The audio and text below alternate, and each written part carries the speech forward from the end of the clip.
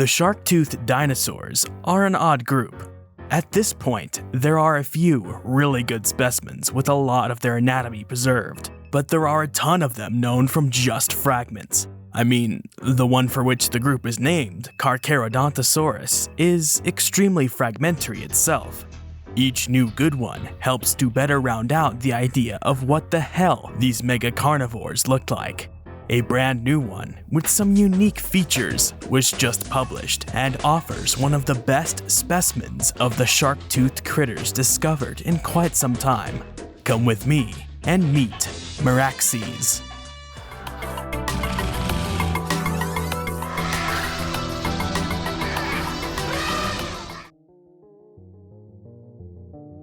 There are gaps in the understanding of basically every dinosaur group. That's nothing new, and will likely be an issue for as long as human knowledge exists.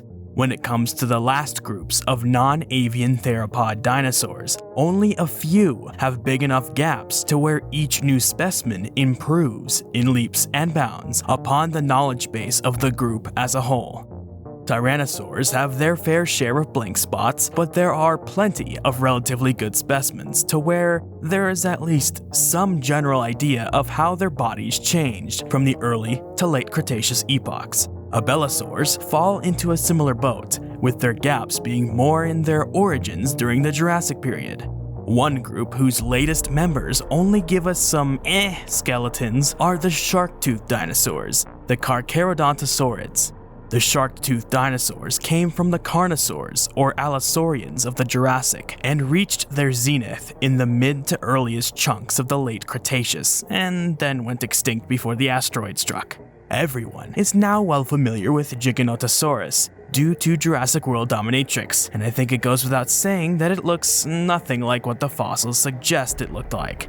But even here there is some gray area, as the fossils of Giganotosaurus are fragmentary where it counts. The arms and head. Mapusaurus and Tyrannotitan are another pair of Carcharodontosaurids with bits and pieces missing. A brand new shark lizard fills in some of these missing pieces and also provides a wholly unique form of the group. A Cretaceous-aged dinosaur bone bed was discovered by folks from the Museo Municipal Ernesto Bachmann, specifically the Museo Paleontológico in Villa El Chocón in Neuquén, Argentina.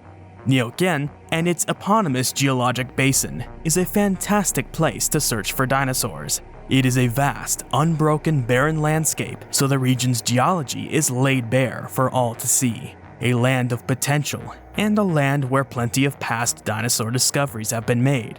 Discoveries that have put Argentina's dino resources on the map. In 2012, the promise of finding another new dinosaur species from Neuquén brought Juan Canale, lead author of the new paper, and a paleontologist at the National University of Rio Negro, and his colleagues, to miles-long Las Campanas Canyon, which he describes as a beautiful landscape with reddish and yellow sedimentary rock outcrops. The canyon was particularly appealing because it cuts down into Neuquén's desert scrublands, exposing layers of rock that date to the Cretaceous. Setting up their tents near the mouth of the canyon, the team prepared to spend a few weeks prospecting. One of the axioms of fieldwork is that you always find the best stuff on the last day, says co-author Peter Makovicki. You're out there sweating in the sun, dehydrated, frustrated, and then on the last day you find something. And you have to go back. This was the opposite. Juan found the first piece on the morning of the first day. What luck. Shortly after team members fanned out to explore the canyon, Canale and colleague Pablo Gallina spotted a bone from a sauropod dinosaur. Then Canale noticed something else, a big chunk of vertebral centrum, the weight-bearing part of a vertebra. He recognized it immediately as belonging to a lineage of predatory dinosaurs called Carcharodontosaurids. Excavations then took place over 4 seasons between 2012 and 2014. This dig site, 25 kilometers from Villa El Chocón, is part of the Wincol Formation, a rock layer dating to between the early Cenomanian and late Turonian stages of the late Cretaceous, some 97 to 93 million years ago, found in various localities throughout Patagonia. overburden was removed using a jackhammer, rock saw, picks, and chisels, while the excavation of individual bones took a little more finesse with hand tools. Once the fossils were properly field excavated, they were wrapped in plaster and bandages and then removed from the site to the museum for further preparation and study. The site held the remains of a large theropod dinosaur, as well as at least 3 sauropods, bits from titanosaurs and rabachisaurids. Removal of the largest fossil jackets, including one containing the articulated pelvis and sacrum of the theropod, was done with a small custom-built buggy. During the excavation of the specimen, 15 to 20% paraloid B72 in acetone solution and viscous cube tubes with 50% B72 in acetone solution was used as a field adhesive. 50 5-minute epoxy was also used as an adhesive for larger fragments. The same consolidants and adhesives were used in the lab while preparing the specimen. The specimens were prepared with standard manual and mechanical preparation methods using air scribes. The partially articulated skeletons were excavated at the contact of a mudstone layer, representing an overbank deposit, and an overlying sandstone layer approximately 2 meters thick that represents a massive sheet flow or similar high-energy flooding event. While most of the bones were excavated from the underlying mudstone, some were suspended at the bottom of the sandstone where it formed an overhang above the softer and more eroded mudstone. These fossils included several fragile skull bones. To collect these fossils and their associated impressions exposed on the underside of the weather-resistant sandstones, the dig site team applied a thin layer of silicone caulk as a separator between the fossils and plaster jacket, as wet tissue paper would not adhere to the overhang. Wet plaster was then applied to the caulked area to generate adhesion for subsequent application of plaster bandages, which would unwrap from the rock surface due to gravity. A liberal application of consolidants and mold-releasing agents prior to application of the silicone caulk resulted in superb preservation of the fossil bones and impressions, and in excellent separation between the specimen and matrix and the silicone caulk during preparation. The use of silicone caulk as a separator was also found to be effective for a specimen left in situ for future excavation. This was because the silicone caulk created an anoxic environment, which is more resistant to weathering and erosion. Take a shot every time I've said the word caulk. I doubt this is the first time this has ever been used in this way, but I haven't heard about its use in my limited experience, so maybe this shows it should now be an essential part of an advanced paleontologist's toolkit. The sauropod specimens have yet to be published on, but the theropod specimen just has. The theropod specimen includes a nearly complete skull without the lower jaws, the shoulder girdle and pelvis, all of the arms, only missing a few bits of the fingers, the majority of the hind limbs, the gastralia or belly ribs, some bits of torso ribs, and the entire front half of the tail. All in all, a very complete specimen. This specimen is an adult, as the bones show the telltale evidence of fusion that is not seen in younger animals. The team decided to name the animal Meraxes gigas. Meraxes is the name of a dragon from the Song of Ice and Fire series, and gigas is just a Greek root for big. At least the name is not on the same level of cringe as Thanos. So, what the hell kind of critter was it, and how is it different from its relatives? Brand new merch is available on the Edge Redbubble, including this Meraxes design by Impulse Impact. Links to the Redbubble are in the description and comment section below. Before I do that, I think we should bring in Mr. Man from Animal Planet's The Most Extreme to get an idea of just how massive the animal was. Thanks to the completeness of the skeleton, a relatively accurate estimate of the body length can be met. Meraxes may have been up to 35 feet or 10 meters in length, making it about medium-sized when it came to these types of theropods. Carcharodontosaurus and Giganotosaurus were a tad larger at around 40 to 45 feet, 12 to 14 meters, classing them among the largest carnivorous dinosaurs of all time. Meraxes may have weighed in as much as 9,000 pounds, 4,000 kilograms, with the possibility of an even heavier weight. definitely a powerhouse. Thanks, Mr. Man. Based on the characteristics present within the skull, arms, and legs, the researchers found the animal to be a more recent member of the Carcharodontosaurid group. They tallied up the skeletal characteristics and put it in the computer, along with the known characteristics of other Carcharodontosaurids, and that found it as a member of the subgroup Carcharodontosaurinae, and the smaller grouping, the Gigantosaurini. That places Meraxes among Giganotosaurus, Mapusaurus, and Tyrannotitan, with Tyrannotitan being its closest relative. It was found in rocks above the older Giganotosaurus and below the younger Mapusaurus, making it something of an indicator of transition between the two genera. It was also possibly around at the same time as another, more primitive Carcharodontosaur, Taurovenator. Meraxes was not that closely related to it. What makes Meraxes so unique are its arms, feet, and its skull. Let's start with the skull. It is not the skull itself, nor its features that make it truly stand out from the other Giganotosaurines. It is the fact that it has a relatively complete skull that does. Giganotosaurus and Mapusaurus are missing good chunks of their skulls, while Meraxes has most of it. Its skull allows researchers to now fill in the missing pieces from the other shark lizards. Apparently, the Meraxes skull is literally only missing the premaxillae, these front bits here, and parts of the palate. Giganotosaurus was missing several important parts of its skull, so an estimate of its length has always been rather general, being anywhere from 156 to 180 centimeters, 5 to 6 feet. With the help of Meraxes, the skull of Giganotosaurus can now be more narrowly estimated to be around 162 centimeters, 5.3 feet in length, still making it one of the longest skulls of any dinosaur known. The shorter nature of Meraxes' skull and the general shortening imposed on some Carcharodontosaur skulls over the years, with different interpretations, may mean these animals had shorter or more robust skulls than used to be depicted. Unfortunately, more data is needed for this part. An interesting little detail about Meraxes' skull is that it had a pointier and larger lacrimal horn than is seen in some of its relatives. It wasn't as dramatic as something like Allosaurus, but I noticed it.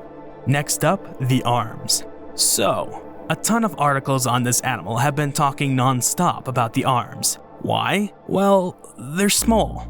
At first, when I heard this major point, I thought, and? Aren't they all small-armed? They were. The entire group of Carcharodontosaurs were small-armed animals. Their arms were not proportionally as small as those of the traditionally short-armed groups, like Abelisaurs and Tyrannosaurs, but they were still damn small, and damn small compared to the majority of the Maniraptoran and Titanuran dinosaurs. You know, your Dinocheiruses, your Spinosauruses, your Dromaeosaurs, your etceteras. The reason this is brought up and discussed so heavily with Meraxes is twofold. The arms of Meraxes were proportionally smaller than most other Carcharodontosaurs, and the arms of Meraxes are some of the most complete Carcharodontosaur arms known to science. Just to put into perspective how small they were, the entire arm was half the length of just its femur bone. Despite their diminutive size, similar to many short-armed theropod groups, and especially similar to the Tyrannosaurs, the arms of Meraxes were not useless, and were attached to quite large and well-developed shoulder blades.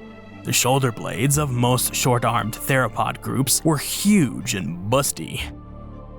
The Abelisaurs, like Majungasaurus and Carnotaurus, had some of the smallest and most outwardly useless arms, but they were attached to enormous shoulder blades with a rather spherical joint. This would have allowed the animal to swing its little arms in all directions, as depicted in Prehistoric Planet. Tyrannosaurs had less diminutive forearms, and also had robust shoulder blades to move them. In fact, plenty of research has been done on just how strong Tyrannosaur arms are to inconclusive ends. They were definitely muscled enough to hold up a few hundred pounds, but their precise heftiness or use is up in the air for now. Then we come to the Carcharodontosaurs, who had a sort of happy medium. Earlier forms, such as the American Acrocanthosaurus, had relatively mobile, robust forearms with 3 well-developed fingers ending in large, hooked talons. But they were still rather short and with robust shoulder blades. This has given many researchers the impression that these animals were still able to use their forearms for physical actions. Whether those actions included killing things is another up-in-the-air idea. The bigger the shark-toothed dinosaurs got, the smaller their arms seemed to get. At least, what little arm fossils were preserved. I said before that the arms of Meraxes are the best, and that's another thing that sets them apart. Giganotosaurus, Mapusaurus, and Tyrannotitan have relatively fragmentary arms, so the missing parts had to be filled in from relatives that had those parts, making them only rough estimates. Perhaps most of these later forms had these shorter arms. It shows a striking level of convergent evolution among late Cretaceous giant theropods. They all evolved bigger heads and smaller arms. There are also examples from the dromaeosaurs, such as Austroraptor, and the non-abelisaur ceratosaurs like the noasaurs. Turns out the overall body size doesn't really have much of an effect on the shrinking of the forelimbs. Instead, the research team argues the bigger selection pressure for smaller arms was the evolution of larger heads. Dinochirus, Gigantoraptor, and the Spinosaurs were absolutely enormous animals, rivaling the largest tyrannosaurs, abelisaurs, and Carcharodontosaurus in size, yet they all have huge arms and well-developed hands and fingers. The Spinosaurs did have huge heads, but had a completely different ecology. While the Ornithomimosaurs and Oviraptorosaurs are the true weirdos here in having small heads, long necks, but huge arms. This moves to reflect the earlier point I brought up, in that size was not a limiting factor for these animals' arms. Lastly, we come to Meraxes' legs. As with its arms, Meraxes has some of the most complete legs of all of the Carcharodontosaurs. Pretty much every single bone was preserved. The most interesting aspect to Meraxes' feet that I do not see as heavily covered in the press as it should is that it had a raptor claw. Okay, well, not exactly a raptor claw. The second toe, the innermost one, is not unusual in its length or flexibility, but it has a toe claw, the ungual bone, about twice the size of the other toe claws. The authors describe this claw as having a moderately sharp ventral edge, different from the rounded surface observed in the remaining unguals. Oh, so not only is it bigger and curvier, but it is also shaped differently. So despite being huge and curvy, it is not like and would not have been used like the killer talons of the dromaeosaurs. Their second toe was long, with huge articulating surfaces that allowed the whole toe to bend up and back so that the critter could keep its curvy claw off the ground to keep it sharp. Not only is that not happening here in Meraxes, but I don't think that would have been possible for an animal as large as Meraxes. The bigger and heavier you are, the more support you need. It's why some theropod dinosaurs redeveloped large fourth toes, and why the big four-legged dinosaurs had huge, spreadable feetsies. I don't think walking around on 2 toes while being 10 tons is possible. Would love to be proven wrong though. Meraxes comes from the Huinco Formation, which has been known to science since 1929. This layer has produced a whole bunch of other animals since being described, including one of the largest land animals to ever live, Argentinosaurus. The rocks here show evidence that the area was once an arid environment with ephemeral or seasonal streams, something similar to most deserts and probably not horribly off from what it is like today, though obviously the plant life is completely different. Instead of desert grasses and succulents were conifers and desert ferns. Argentinosaurus, being the biggest thing here, would have had the largest biological effect on the environment. Aside from Argentinosaurus was Chaconsaurus, a smaller titanosaur described in 2017.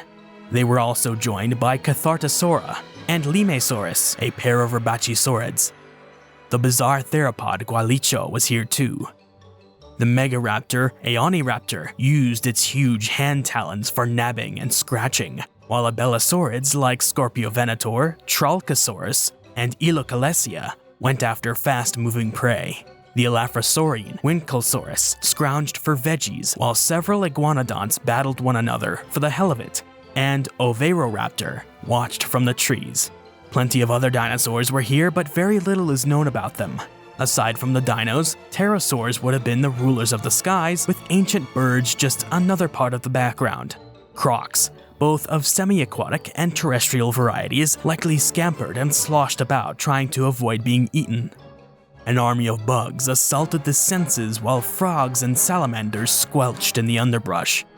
Small rodent-like mammals kept to their nocturnal or subterranean habits, and fish of all kinds stalked the waterways when the wet season came. Meraxes provides another rung on the paleoecological ladder of late Cretaceous Argentina, something that will only grow as time moves on, quite unlike these dinosaurs' arms. I wonder what other shark lizards lie beneath the rocks of South America. For more interesting stories about nature, the history of life, or what goes bump in the night, subscribe, hit the bell icon for updates, like this video, and drop a comment in the comment section below. Thanks for watching.